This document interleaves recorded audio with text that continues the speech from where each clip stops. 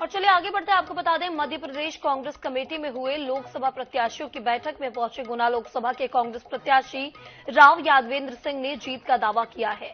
यादवेंद्र सिंह केंद्रीय मंत्री और गुना से बीजेपी प्रत्याशी ज्योतिरादित्य सिंधिया के खिलाफ चुनाव मैदान में हैं। उन्होंने कहा कि ये चुनाव जनता के बीच लड़ रहे हैं। यादवेंद्र सिंह से बात की हमारे वरिष्ठ संवाददाता दिनेश शुक्ल ने।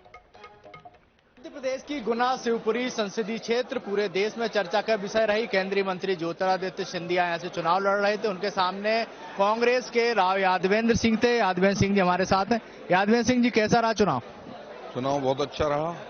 इस बार का चुनाव प्रत्याशी और कार्यकर्ताओं के साथ साथ क्षेत्र की जनता ने भी लड़ने का काम किया और जब क्षेत्र की जनता चुनाव लड़ती है तो परिणाम भी निश्चित रूप से चौंकाने वाले आते हैं।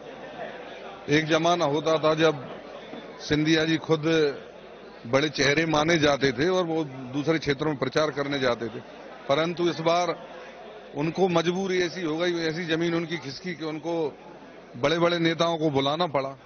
तो इससे स्पष्ट हो रहा है कि चुनाव कांग्रेस पार्टी जीत रही। आपने नहीं बुलाया राहुल जी को, सोनिया जी को या प्रियंका जी? देखिए, उनकी जमीन खिसकी हुई थी, उनको नेताओं को बुलाने की आवश्यकता थी, परंतु हमारे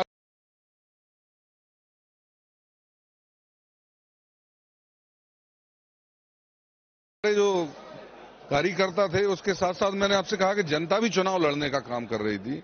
जब जनता चुनाव लड़ती है तो मुझे नहीं लगता कि बड़े नेताओं को बुलाने की आवश्यकता होती। आप पिछले बार जिस समाज से आप आते हैं उस समाज का प्रत्याशी था सिंधिया जी के सामने, उसने जीत भी दर्ज की थी। कितनी आशा लग रही कि यादव समाज आपके साथ खड़ा है? देखिए, कोई भी चुनाव किसी एक समाज को लेकर नहीं लड़ा जाता, ना जीता जाता। चुनाव जीतने के लिए सभी जातियां और सभी धर्म के लोगों की आवश्यकता होती है और यादव समाज ही नहीं, कांग्रेस पार्टी के साथ में सभी धर्म के और सभी जातियों के लोग थे, तो निश्चित रूप से कांग्रेस पार्टी ही जीतेगी। तो कांग्रेस पार्टी जीत रही है, राव यादवेंद्र सिंह का दावा है। गुना संसदीय क्षेत्र से कांग्रेस के प्रत्याशी थे, सिंधिया जी के सामने खड़े हुए हैं।